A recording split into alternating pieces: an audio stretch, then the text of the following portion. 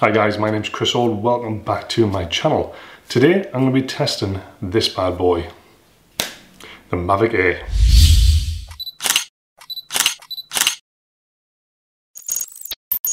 As with all my tech reviews, this isn't going to be the most detailed in terms of specifications and going to the finer end of your thought. It's going to be, does this do the job I need it to do? So with that in mind, there are a few things that I looked for when I bought the Mavic Air. First of all, portability. Second of all, ease of use. And third of all, is it going to give me the sort of footage that I want? Now, I am a photographer, but I bought the drone with video footage in mind for doing my vlogs, for doing my behind the scenes videos, and having already owned a Phantom 3 4K, the idea of having something smaller that was much more portable was really important to me. Now, I bought this drone with a trip in mind. When I went up wild camping to Scotland, I needed something small that was going to be able to go in my pocket or go into a small bag, and it meant I had a much more portable option for a drone rather than taking the Phantom 3 on my back. So portability is my #1 priority with this, more than video footage quality and more of ease of use. It was important that certainly when I'm out vlogging and I'm out doing behind the scenes videos, that I'm able to carry my drone in a small bag that can just bolt onto my existing kit. I use a Think Tank pouch for this, so it's a Think Tank LC75 pop down version 2. Now I can fit the drone with the battery attached, 2 spare batteries and my controller in this little bag, and it goes onto my backpack with a little belt pouch, so it means I very easily can get that out and ready to go. There's also a little rain cover in this, so when I was up camping in Scotland it became very useful for when we were out and about. So like I said, the portability is very important. I've got big hands granted, but this is no bigger than the size of my hand. You know, thickness wise, it's probably double the thickness of a normal iPhone. Let's test it out. It's not far off. It's not far off at all. And it comes in this nice little hard case. So like I said, that fits in that little pouch. I can take it with me anywhere. If I didn't want to take that big pouch, it would fit in my pocket. Your controller in the other pocket, and it means I'm good to go. So portability wise, very, very portable. The fact that it folds up, and these little arms just fold out when you need to use them. So 2 tuck from under the body, very simply, and then 2 come out from the sides, and then you are ready to go. So although the drone folds a lot more flat than you'd expect, and certainly much smaller than the Phantom 4s and the Inspires and all that sort of thing, the remote is a little bit clunky. It's a bit big. It's probably the same thickness again as the drone, so it does mean you need a little bit more carrying space. One of the really cool functions of this, so to help it be more portable, is they've made removable handles or removable joysticks on this. So they are now built into the controller, so it means they're hidden underneath. You can just screw them in and you're ready to go. And it means when you need to take them off, they tuck back under, and it gives you a more flat surface to be able to travel with. So rather than having the joystick sticking out and the risk of breaking, I guess, it becomes a little bit more portable to fit in your pocket. Obviously it folds out with your antennas and your mobile phone or tablet or whatever's going to go on the bottom to use it. But all in all, again, in comparison to the Phantom, which I was using before, which is a big old remote, probably double the size of this and the same sort of thickness, it does become a little bit more portable. So #2 priority for me was ease of use. How easily can I get this up in the air and then not have to worry a great deal about it, particularly in the automatic modes? First of all, I'm blown away. It is awesome for that. But also for full manual control, I'm not going to say it's idiot proof, but it's almost idiot proof. It's very hard to crash, very hard to do something you shouldn't do with it in terms of where you're flying and what you're flying into. So it's one of those, I trust my 10-year-old son to fly this. So some of the modes I really wanted to make use of when I was using this drone, particularly when while I was away camping, was the follow tracking mode. So we use that for car footage.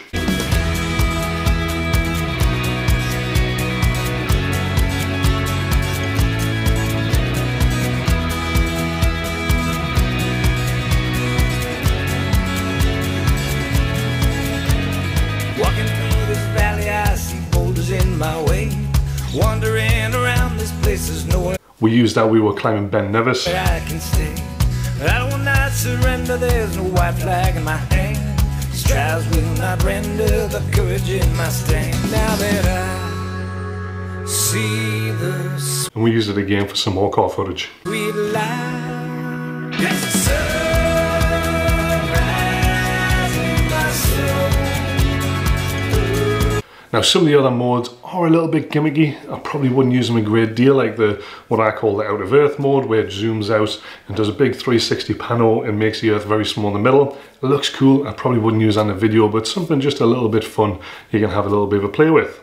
But some of the other modes are really useful. What I like the most, which is the intro to my camping videos, which you can see just here, is the boomerang mode. So I've used this a few times. I've yet to find the perfect location to use it, because what it does, it swings around the back of you and it almost comes a little bit higher. So you want to be doing this with something cool in the foreground, a little bit lower than your standard position. So I'm going to go and try that in about 10 minutes when I nip down to the coast here in the northeast. So I've got a spot in mind where I think it would look very, very cool. And there are a lot of other modes built into that, like droney mode, orbit mode, and a few others too. I haven't used them all, I must admit, because some of them just wouldn't work for the sort of videos I do. But for how easy they are to use, you literally click into them on your controller, set it up, tell it where you want it to start, and it goes away. Now, one thing you must watch for on this, which caught me out the first day I got this drone, it will only record some of these functions with a high-speed memory card. So just make sure the micro SD cards you are using, use Extreme, which are the highest megabyte a second you can use, because it just simply will not allow you to record these modes without that sort of speed of memory card.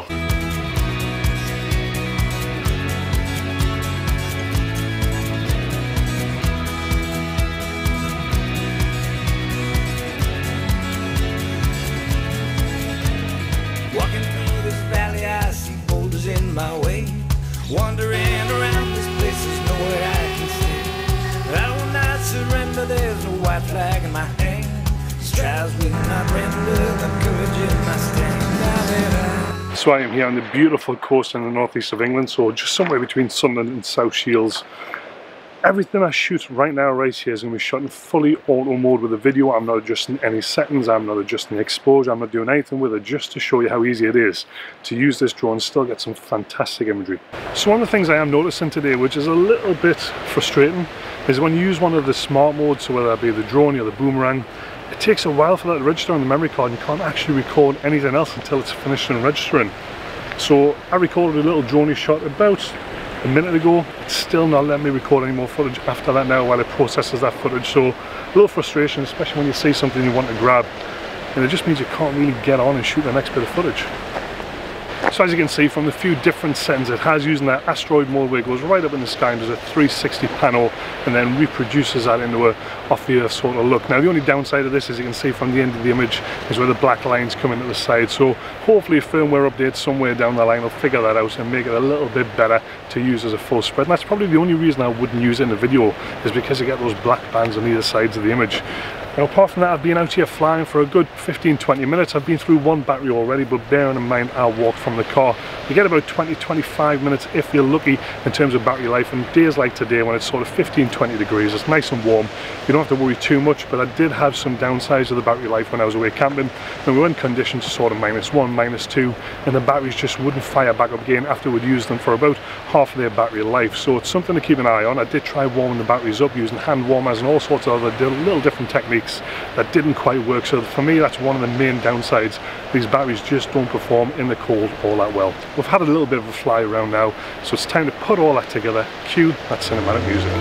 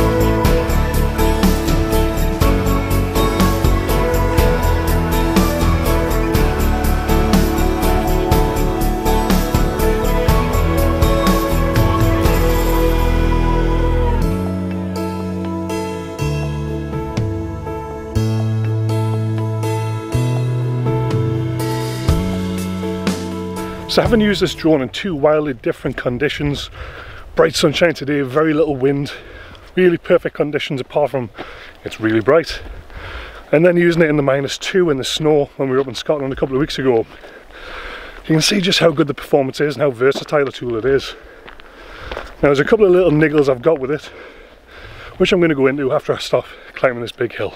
So for everything this drone does really well, it does have some downsides. Although the functions themselves are really good, actually the implementation isn't great. So one of the things I didn't know when I first got this drone, typical bloke, didn't read the instructions, it has an internal memory of about 8 gigabytes, I think. So the first day I took this drone out, I went down to my local park, it was snowing, got some fantastic footage, brought the footage back to a coffee shop to download it, and it wasn't on the memory card. I thought, bloody hell, have I not pressed record? So I checked the app on my phone, and sure enough, the footage was there in the low res form. So I didn't understand what had happened. The internal memory on the drone, which it has 8 gigs, it recorded direct to that rather than the memory card, which for me, although it's a great function to have, it should only kick in when the memory card's not actually in. I'm terrible, I always forget memory cards, so that's a function that would really help me. But I didn't have a wire with me, I didn't have the cable to download directly from the drone, so it sort of meant I couldn't download that footage unless I went home, and it took some of that shine off, and it made it just that little bit more difficult to get the footage I wanted to edit there and then. I haven't talked much about the specifications of the drone. Like I said, this video isn't really about that, but I guess one of the big selling points is it shoots in 4K, so the resolution is absolutely fantastic. Now, most videos for YouTube and whatever else I'll put out at 1080, sometimes 720, so you may think, well, why do I need 4K? What difference does it make? For me, it's just that added bit of versatility that if I shoot a video in 4K, essentially I've got 4 versions of 1080 in that frame, and I can go and cut into that and still get 1080's worth of footage, 1080 quality from that little segment of that video. So it just gives me a little bit more versatility to use that footage, and although I'm going to output it at 1080 in the end, it just gives me a few more options, I guess. Obviously, some of the downsides of that, it's going to take up more space on my memory card, it's going to take a little bit longer to process, and it's harder to put through in post, so you need a machine that's going to be able to handle the 4K footage. So you only have 1 or 2 real bugbears with this drone. The internal memory not being set to automatically record to a memory card is one, because it's a bit fiddly to find out where you need to go into the menus to fix that. And the other one is, I've got sausage fingers, you know, I'm under no illusions with that. It's really hard to get the memory card in and out of this drone.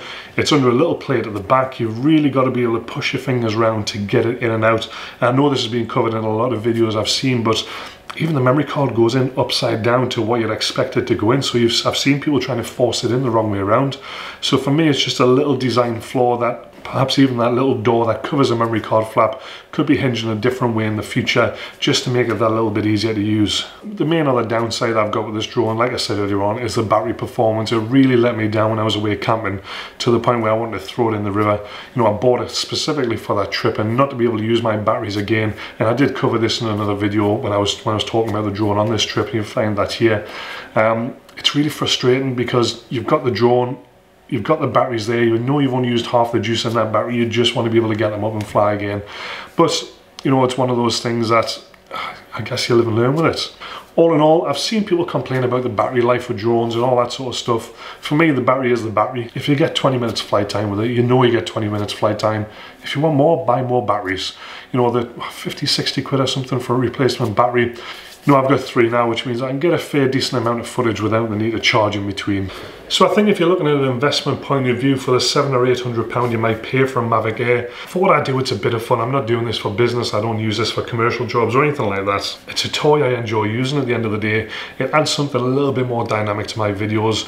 I'm going to be doing more traveling, more sort of videos that are going to allow me to use the drone. So it's a really good bit of kit in my arsenal. Guys, if you've got any questions, I'm not the most technically minded with stuff like this, but feel free to ask questions down below. I'll try my best to answer them. I've had a few people already on a Facebook group asking me a couple of questions, so I'll try and answer those where I can, even if that's in a future video, and just cover some more of those settings. So thanks very much for watching. This is the first in a new series of tech reviews, and in next week's video I'm going to review the Canon M50, which is the camera I'm recording this on right now. First impressions, very good, but you'll see more next week. Thanks very much, guys.